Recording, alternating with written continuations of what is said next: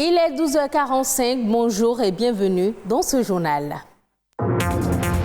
Vous avez peut-être envie d'investir dans la terre, mais vous rencontrez des difficultés pour accéder au financement. Comment y parvenir? La réponse dans cette édition.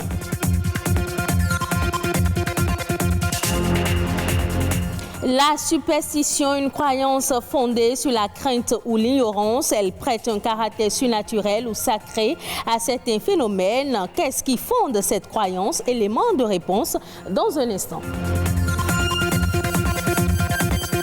En page découverte, nous nous rendrons à Ouida et plus précisément au temple des Pitons, un sanctuaire d'adoration de Pitons royaux.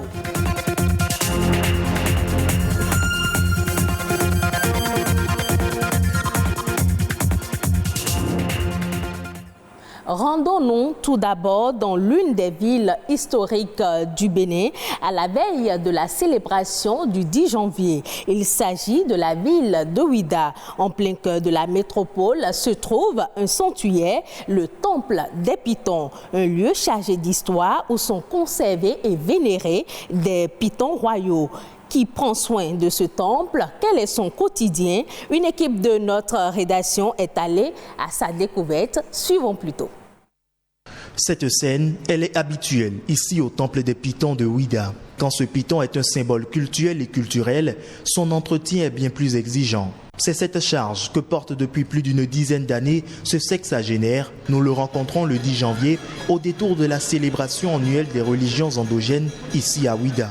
Un jour particulier qui l'oblige à rester un long moment près du fétiche de ce temple, le Torio, comme il est appelé en langue fon. Je suis celui que les notables ont mis ici après concertation. Je suis le responsable du temple depuis 15 ans. En 15 ans d'exercice en tant que gardien du temple des Pitons, difficile pour le prêtre de faire avec exactitude le point de ses activités au quotidien. La charge n'est pas non moins négligeable. D'abord, en tant que prêtre, il est difficile de dire tout ce qu'on fait ici. D'abord, en tant que prêtre, j'ai le devoir de veiller sur l'entité pour qu'elle ne périsse pas. Je viens ici tous les 2 jours pour réveiller les divinités et prier pour la paix dans le pays aux environs de 2 heures du matin.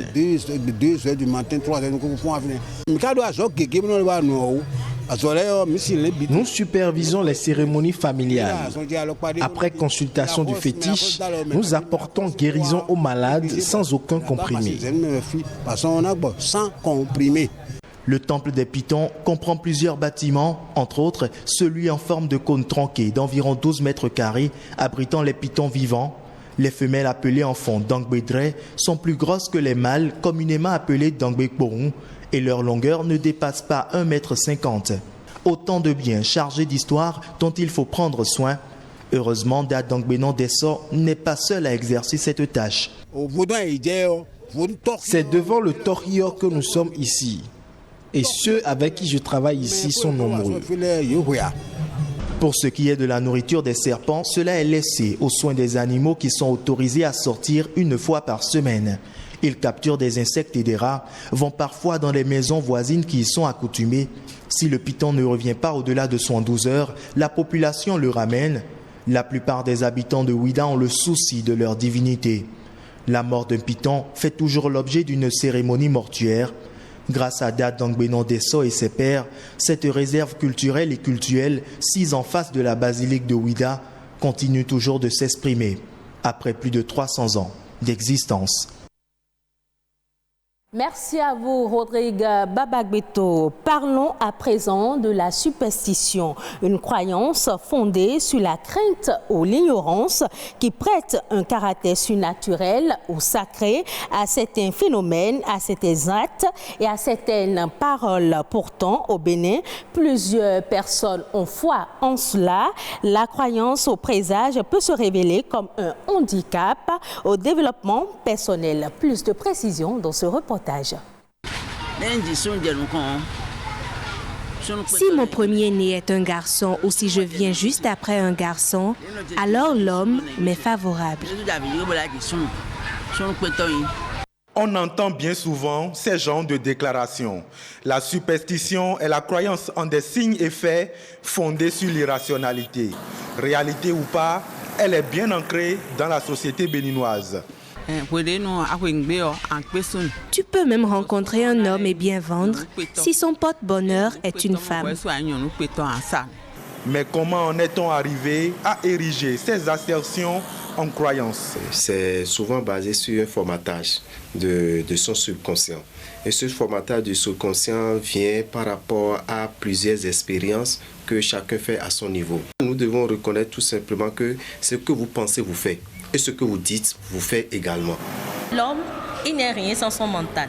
Donc, il y a des capacités psychologiques qui permettent à l'individu de tenir debout. Et aujourd'hui, la superstition qui au départ était illusoire est devenue une réalité pour certaines personnes. Sinon que concrètement, c'est une illusion. Et vous savez que l'illusion n'existe pas. Certaines personnes n'entretiennent pas ces illusions. Elles n'en font pas un principe cardinal qu'il faut respecter scrupuleusement. Il y a certains qui renvoient leur premier client si ce dernier n'est pas du genre idéal. Moi, je ne fais pas de différence. À force d'y croire, la superstition peut devenir un frein sur le plan professionnel. Je suppose que vous voulez aller à un rendez-vous d'affaires, que vous croisez un homme au lieu d'une femme. Systématiquement, on se met dans une position de journée seule. On se dit, ce marché, ça ne va rien donner. Et dès cet instant, psychologiquement, on est bloqué dans le mental. Et une fois arrivé au cours de la négociation, on ne donne plus le meilleur de soi-même parce qu'on se dit à l'avance déjà que cela ne marchera pas. Ce qui est déjà un frein au bon épanouissement de l'individu au sein de la société. Donc oui, la superstition peut être un frein à l'épanouissement de l'individu. Balayer du revers de la main des croyances qu'on a adoptées durant toute une vie n'est pas chose facile. Pour cela, chacun y va de sa proposition. C'est une phrase très simple. Chaque jour de ma vie, je vais de mieux en mieux. Quand vous réveillez, vous dites ça. Chaque jour de ma vie, je vais de mieux en mieux. Que la première énergie avec laquelle vous êtes réveillé, c'est une énergie qui prend effet pour toute la journée.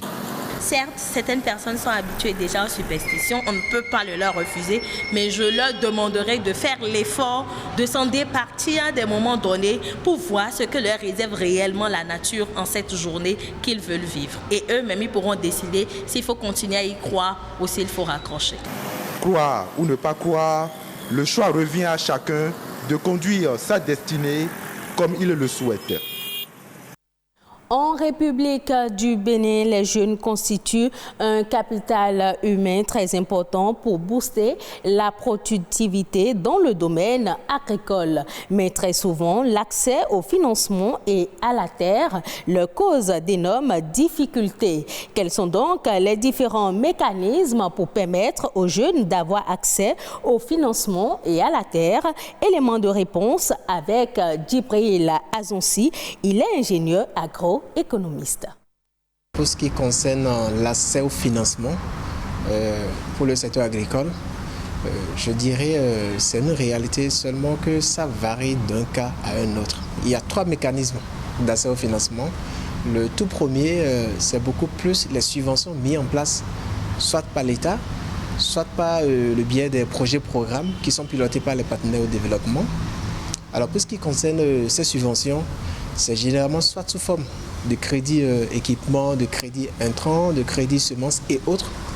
Parfois même ça va jusqu'à de l'argent frais. Ça c'est le premier mécanisme de financement du secteur agricole. Le second mécanisme de financement du secteur agricole, je dirais c'est beaucoup plus des fonds de garantie qui sont mis en place, soit aussi par l'État, soit par les projets-programmes, comme je l'ai dit tout à l'heure, mais auprès des structures de microfinance qui, à leur tour, mettent maintenant en place des crédits suivant la demande auprès des producteurs, auprès des coopératives et autres. Le dernier cas, c'est des crédits qui sont négociés directement entre les producteurs et les structures de microfinance. Pour ce qui est de l'accès aux terres des jeunes, pour le développement de leur activité, je dirais que c'est un peu mitigé. c'est un peu mitigé, c'est souvent pas facile. En tout cas, pour ce qui est de l'écho que nous avons du terrain, les gens ont toujours eu certaine réticence à mettre la terre à la disposition des jeunes parce qu'ils se disent, bon, les jeunes n'ont pas assez de garanties, les jeunes ont ci, les jeunes ont ça.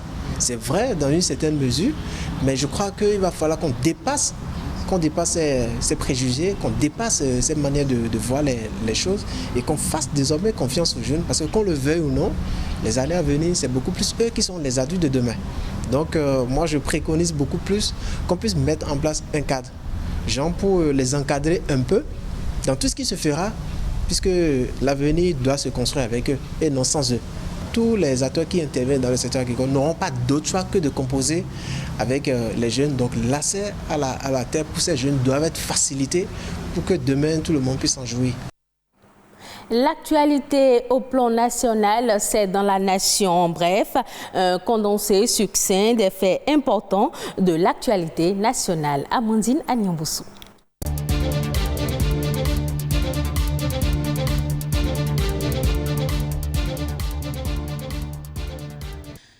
La mise en œuvre du budget général de l'État exercice 2021 a été officiellement lancée à la faveur d'une visioconférence.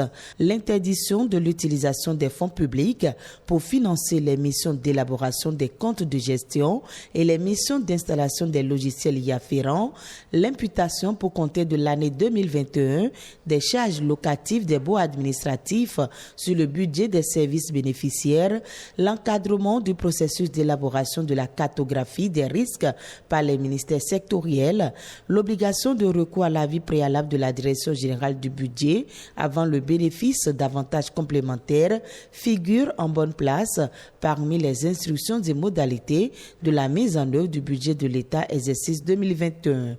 Il a également été rappelé que la consommation des crédits du budget gestion 2021 devra suivre les mêmes repères qu'en 2020.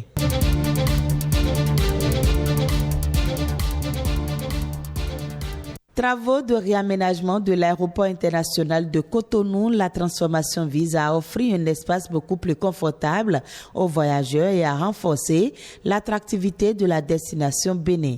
Les divers travaux effectués ont été présentés ce mercredi en Conseil des ministres. Ces travaux d'aménagement ont pris en compte la majorité des installations de l'aéroport, dont, entre autres, l'extension de l'aérogare qui passe désormais de 5 000 à 1,5 millions de passagers, la rénovation du parking qui passe de 250 à 1000 places pour les engins 4 roues, la mise aux normes de pistes et accotements. S'agissant du parking, il faut noter qu'une partie de l'espace pouvant accueillir 180 véhicules a été ouverte aux passagers et autres usagers des lieux. Le fonctionnement de cet espace leur permet ainsi d'accéder à l'aéroport en toute quiétude.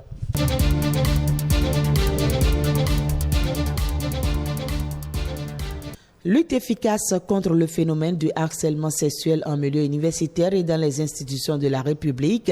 Les députés veulent des mesures plus fortes et rigoureuses. Le dossier était au cœur de la séance plénière du mardi 5 janvier dernier au Parlement à la faveur d'une question orale avec débat. Selon la ministre de l'Enseignement supérieur, des actions de sensibilisation sont régulièrement menées pour attirer l'attention des acteurs du monde universitaire, surtout les étudiantes, sur l'existence du phénomène, ses manifestations et les comportements à avoir pour l'éviter. En plus des actions de sensibilisation et de prévention, il est prévu des mesures disciplinaires contre les auteurs des cas dénoncés et avérés. Les députés ont estimé que ces mesures de riposte sont encore insuffisantes par rapport aux conséquences de ce phénomène sur l'avenir de l'étudiante harcelée, souvent sans force face à l'enseignant qui se dit parfois maître de sa matière.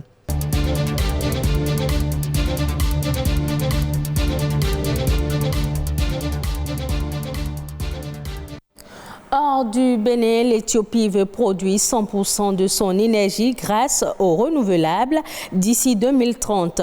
Le pays compte s'appuyer sur son potentiel de 10 gigawatts de ressources éoliennes pour son autonomie en énergie. À cet effet, le pays a démarré la construction d'un parc éolien.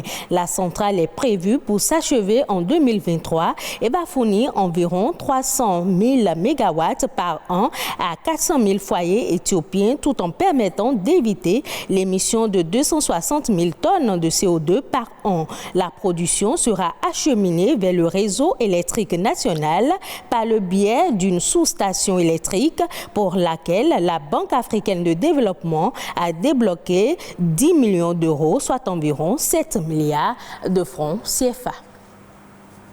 Ainsi prend fin ce journal. Merci de l'avoir suivi. Retrouvez cette édition sur le site de l'ORTB, www.ortb.bg.